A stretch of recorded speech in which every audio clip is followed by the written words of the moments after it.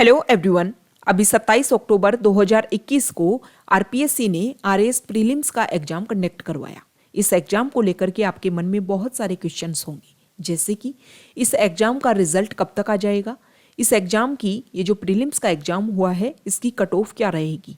अब जब रिजल्ट आ जाएगा, कट ऑफ हम क्लियर कर लेंगे तो मेंस का जो एग्जाम है वो कितने टाइम में कंडक्ट करवा दिया जाएगा, और मेंस की प्रिपरेशन हम किस तरीके से करें कि हम इंटरव्यू फेस करें और फिर फाइनल लिस्ट में एक अच्छी रैंक के साथ में सिलेक्ट हों। तो इन सारे क्वेश्चंस को हम एक एक करके यहाँ पर इस वीडियो में देखने वाले हैं। सबसे पहले हम बात कर लेते हैं कि रिजल्ट किस टाइम तक आ जाएगा। देखो, जो रिजल्ट है, जिस तरीके से प्रेजेंट टाइम में आपने देखा कि आरएएस का जो नोटिफिकेशन है वो कुछ समय पहले ही जारी किया गया था और 2 महीने के अंदर ही आपका प्रीलिम्स का एग्जाम कंडक्ट करवा दिया गया।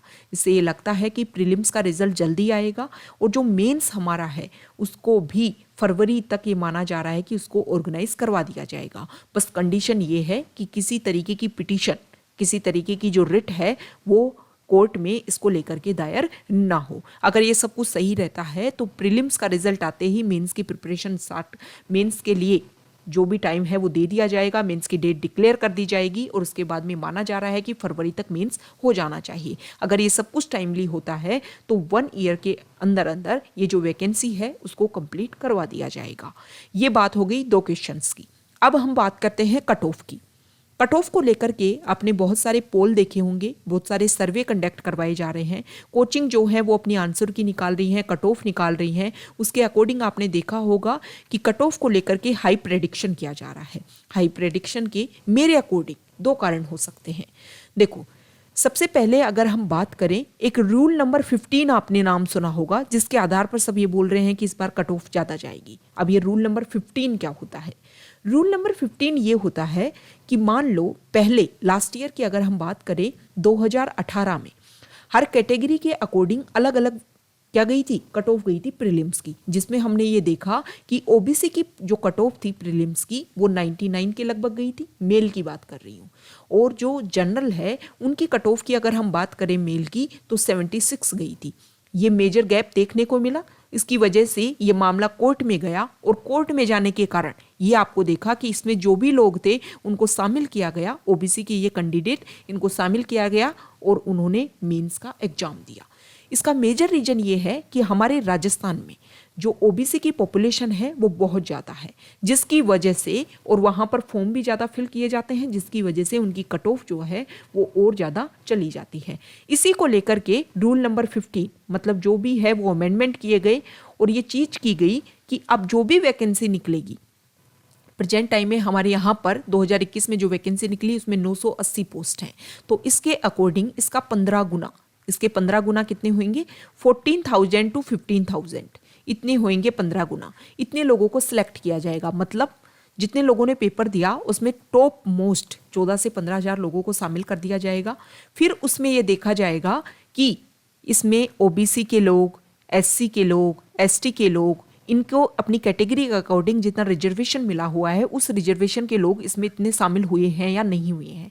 मान लो एससी के जो लोग हैं वो 2000 शामिल करने थे, उनकी जितनी पोस्ट है उसके अकॉर्डिंग 2000 लोगों को शामिल करना था, लेकिन ये माना गया कि नहीं, यहाँ तो 1600 लोग ही सिलेक्ट हुए हैं, तो 400 लोग फिर अलग से सिलेक्ट किए जाएंगे, उनकी कट ऑफ अलग से निकाली जाएगी और फिर उन 400 लोगों को इंक्लूड करके उनकी कैटेगरी के जितने लोग आने चाहिए वो इसमें इंक्लूड होंगे। अब ये जो ज़्यादा लोग आएंगे ना, वो इसमें ये जो रूल नंबर 15 में अमेंडमेंट किया गया उसमें बोला गया कि जो लोग इंक्लूड होंगे वो लॉ के अकॉर्डिंग होंगे, उसमें कोई भी परेशानी नहीं हो सकती है।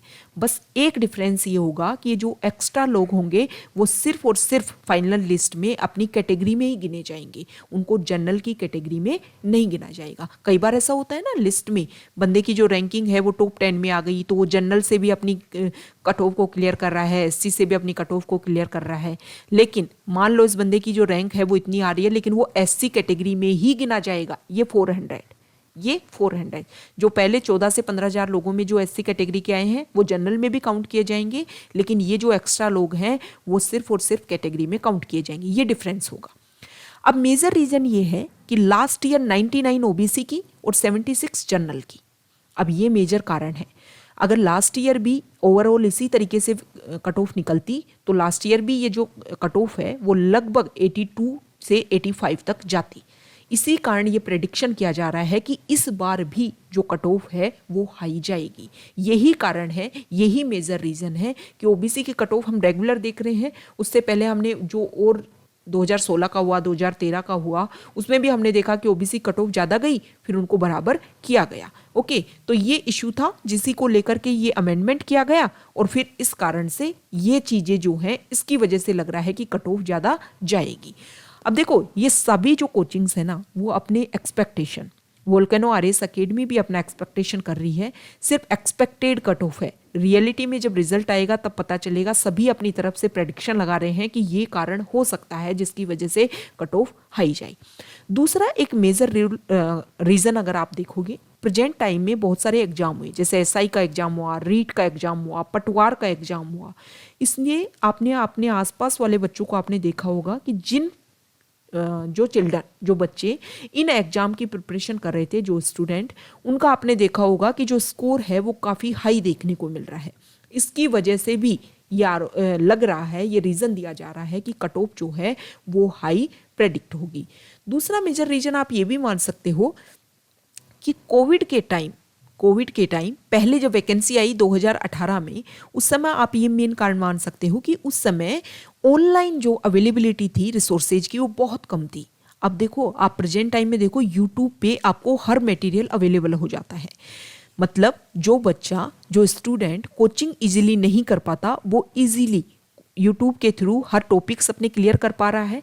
इसकी वजह से भी लोगों के जो क्वेश्चंस हैं वो काफ़ी ज़्यादा बने हैं। वैसे देखो, अगर पेपर की बात करें ना, तो पेपर जो है वो 2018 से अगर हम कंपैरिजन करें तो स्लाइटली, ऐसे नहीं है कि बिल्कुल टफ था, लेकिन थोड़ा सा हल्का सा टफर साइड था, लेकिन हल्का सा, ऐसा नहीं था कि सारे के सारे क्वेश्चंस ही टफ थे। लेकिन जिस बच्चे ने रेगुलर स्टडी की है उसका इजीली ये जो कट ऑफ है वो क्लियर भी हो रही है और पेपर भी क्लियर हो रहा है। पेपर में उन्होंने मार्क्स भी काफ़ी ज़्यादा गेन किए हैं। तो ये कुछ पॉइंट्स हैं जिनके आधार पर ये माना जा रहा है कि जो कट ऑफ है वो ज़्यादा जाएगी। अब देखो, ये तो सब एक्सपेक्टेड कर रहे हैं, हम सब तो अपनी तरफ से अनुमान लगा सकते हैं। रियलिटी में तो जब रिजल्ट आएगा तभी पता चल पाएगा। तो ये 2-3 पॉइंट पे हमने डिस्कस कर लिया, रिजल्ट के ऊपर, कट ऑफ के ऊपर और मेंस के ऊपर। अब हम कट ऑफ देख लेते हैं, जो हमने प्रेडिक्ट की है कि किस एरिया में कितनी कट ऑफ रहेगी। अगर हम नॉन टीएसपी एरिया में जनरल की बात करें तो जनरल में 85 में 5 ±5 कर लीजिए, या तो 90 तक या फिर 80 तक। जो विमेन है उसकी बात करें 75 ±5। विडो की यहाँ पर कैटेगरी दे रखी है। नीचे एससी की अगर हम बात करें तो 75 +5। विमेन की बात करें 65 +5। उसके बाद में हम यहाँ पर ओबीसी की बात कर लेते हैं। ये जो ओबीसी है ना, यही तो हमारी जो कट ऑफ है उसको इंक्रीज कर रही है। तो ओबीसी की अगर हम बात करें तो 85 +5, एमबीसी 85 +5, एसटी जो है वो 80 +5। यहाँ से आप अपनी अपनी कैटेगरी के अकॉर्डिंग जो कट ऑफ है उसको प्रेडिक्ट कर सकते हो। देखो, ये जो टीएसपी एरिया है इसकी भी हम बात कर लेते हैं। टीएसपी में जो जनरल है उसकी 80 +5 ±5। टीएसपी में जो एससी है उसकी 80 ±5 और टीएसपी में जो एसटी है उसकी 65 ±5। ये कट ऑफ है। इसके अकॉर्डिंग आप विमेन में हो, डिवोर्सी हो, हैंडीकैप्ड हो, उसके अकॉर्डिंग जो आपकी कट ऑफ है उसको आप प्रेडिक्ट कर सकते हो। लास्ट ईयर 2018 में आप अपनी कट ऑफ देखिए कि किस कैटेगरी की कितनी कट ऑफ रही। उसमें जो परसेंटेज बेसिस के आधार पर आप अपनी कट ऑफ को कम ज़्यादा कर सकते हो। यहाँ पर एक अनुमान लगाया जा रहा है कि लगभग 80 से 90 के बीच में जो कट ऑफ रहनी चाहिए। ये अदर कैटेगरी जैसे हैंडीकैप्ड हो गया, ये सारे जो लोग हैं उनकी कैटेगरीज के बारे में यहाँ पर डिसाइड किया गया है, एक एक्सपेक्टेशन लगाई गई है। अब ये हमने बात कर ली किसके बारे में, ये हमने कर लिया कि कट ऑफ क्या रहेगी। अब ऐसे बच्चे जिनका अब ये प्रेडिक्शन देखने के बाद में देखो सबको पता लग गया होगा कि हमारे इतने नंबर बन रहे हैं, मेंस में हमारी कट ऑफ क्लियर हो रही है या नहीं हो रही है। और कुछ बच्चे ऐसे होंगे जिनकी कट ऑफ क्लियर नहीं हो रही होगी। लेकिन दो अलग अलग कैटेगरी बन गई। जिनका क्लियर हो रहा है उनको मेंस की प्रिपरेशन कैसे करनी है, और जिनका कट ऑफ क्लियर नहीं हो रहा है उनको क्या करना है। सबसे पहले हम बात करेंगे कि जिनका कट ऑफ क्लियर हो रहा है उनको क्या करना है। उनको देखो, सबसे मेजरली मेंस में आपने बहुत सारे लोगों से सुना होगा कि हमें आंसर राइटिंग करनी चाहिए। आंसर राइटिंग करो, आंसर राइटिंग करो, आंसर राइटिंग करो। लेकिन देखो मेरा मानना ये है कि आंसर राइटिंग कब करोगे आप? भाई जब आपका सिलेबस आपको कंप्लीट याद हो, ठीक है। दूसरा, आपके माइंड में हर क्वेश्चन को लेकर के एक स्ट्रक्चर डेवलप हो, आपको पता हो कि इस क्वेश्चन को मुझे इस तरीके से लिखना है। स्ट्रक्चर डेवलप है तो आप इजीली आंसर राइटिंग कर पाओगे। मान लो एक क्वेश्चन आपको देते हैं कि अभी एनसीआरबी की एक रिकॉर्ड है, NCRB national crime records bureau, उसने अपनी एक रिपोर्ट दी कि जो फार्म लेबरर्स है ना, उनमें सुसाइड का जो ट्रेंड है वो बढ़ता जा रहा है। लेकिन हमने ये देखा कि कोविड के टाइम जो एग्रीकल्चर सेक्टर है, सिर्फ वो सेक्टर ही पॉजिटिव रिजल्ट दिया था, उसके अलावा अदर सेक्टर को अगर हम देखें तो वहाँ पर हमेशा डिक्रीज ही देखने को मिला था, लेकिन फिर भी वहाँ पर सुसाइड के जो केसेज हैं वो बढ़ रहे हैं। अब इस क्वेश्चन को मानने आपने देखा, आपने मेंस में इस क्वेश्चन को देखा, अब बोलते हैं कि आंसर राइटिंग करो। पहले आप माइंड में फ्रेम करोगे ना कि भाई एनसीआरबी फार्म के बारे में पूछा है, क्या कारण है, ये सब कुछ आपके क्लियर हो गए तभी तो आंसर लिख पाओगे ना। लास्ट ईयर 2018 में आपने देखा कि जो आरपीएससी है वो यूपीएससी की तरफ चेंज होती जा रही है। मतलब मेंस का जो ट्रेंड है ना वो एनालिटिकल जो क्वेश्चंस हैं उस तरीके के क्वेश्चंस पूछे जाने लगे हैं। डायरेक्ट थ्योरी बेस्ड क्वेश्चन काफ़ी कम हो गए हैं। तो इसको लेकर के पहले माइंड में हमें स्ट्रक्चर डेवलप करनी होगी, तब जा करके हम आंसर राइटिंग कर पाएंगे। आंसर राइटिंग कुछ नहीं होती, आंसर राइटिंग ये होता है कि भाई उस क्वेश्चन का आप आंसर किस तरीके से दे पाओगे। और वो जो आंसर राइटिंग होती है वो सिर्फ और सिर्फ स्ट्रक्चर बनाना होता है, आपको स्ट्रक्चर बनानी आनी चाहिए। आप आंसर राइटिंग में जब आंसर लिखते हो तो टीचर आपका क्या करता है, इवेल्यूएशन करता है। टीचर बताता है कि नहीं नहीं, इस क्वेश्चन को इस तरीके से आपको शुरुआत करनी चाहिए थी, इस क्वेश्चन को इस तरीके से आपको एंड करना चाहिए था। तो ये हो गया जिनकी मेंस क्लियर हो, प्रीलिम्स जिनका क्लियर हो रहा है। ये बात उनकी है जिनकी कट ऑफ क्लियर नहीं हो रही, जिनको लग रहा है कि मेरा इस बार नहीं हो पाएगा। उनके लिए क्या करना चाहिए? देखो अभी देखो नेक्स्ट वैकेंसी के बारे में कोई भी प्रेडिक्शन नहीं है। अभी ये वैकेंसी चल रही है, हो सकता है कि नेक्स्ट ईयर तक नेक्स्ट वैकेंसी आए, तो आपके पास में 1 से 1.5 साल का टाइम है, लगभग 1 साल का टाइम है। इस टाइम में सबसे पहले तो आपको जो मेंस लिख रहे हैं, देखो भाई कुछ नंबर से ही तो आप रह रहे हो ना, कुछ नंबर से अगर आप इंक्लूड होते तो आप भी मेंस लिख रहे होते। तो आपको ये मानना चाहिए कि मैं भी मेंस लिख रहा हूँ या मेंस लिख रही हूँ, और उसी के अकॉर्डिंग अपनी प्रिपरेशन करो। अब ऐसा नहीं है कि इस टाइम छोड़ दिया फिर दोबारा नोटिफिकेशन आया तब प्रिपरेशन करना स्टार्ट की। ओके, बस ये करना है कि जो गलतियां की हैं, जो मिस्टेक की हैं, उनको दोहराना नहीं है, उनको रिपीट करना नहीं है। सेम हमें भी अपने तरीके से मेंस क्लियर करना है, और मेंस क्लियर करने के लिए हमें माइंड में मेंस की प्रिपरेशन करनी होगी। प्रिपरेशन करने के लिए हमारा जो सिलेबस है वो हमें कंप्लीट करना होगा। इससे क्या होगा, इससे ये फ़ायदा होगा, ये बेनिफिट होगा कि जब नेक्स्ट वैकेंसी आएगी तो आप उन लोगों से आगे होगे जो फर्स्ट फ्रेश टाइम प्रीलिम्स दे रहे हैं और उसके बाद में वो मेंस की प्रिपरेशन करना स्टार्ट करेंगे। उनसे आगे आप अपने आप को खड़ा पाओगे, और जब आप उनसे आगे खड़ा पाओगे ना, तभी जाकर के आप मेंस क्लियर कर पाओगे, और तभी जाकर के आप फाइनल लिस्ट में अपना नाम बना पाओगे। नहीं तो अगर आपने सेम वो फॉल्ट की कि आपने अभी मेंस की तैयारी नहीं की, फिर दोबारा जब नोटिफिकेशन आया तब आपने प्रीलिम्स के लिए पढ़ना स्टार्ट किया, इससे क्या होता है, मान लो अगले बार आप प्रीलिम्स क्लियर भी कर लेते हो लेकिन मेंस की प्रिपरेशन नहीं रहेगी। और अगर इस बार आपने मेंस की प्रिपरेशन कर ली तो आप एक एक्स्ट्रा जो कदम है, आपके जो स्टेप हैं, वो और लोगों से बहुत आगे हो जाएंगे। तो ये वो लोग हैं जो इजीली मेंस की तैयारी करें, और ये वो लोग हैं जिनको करनी ही चाहिए अगर अगली लिस्ट में उनको अपना नाम डिक्लेयर करवाना है।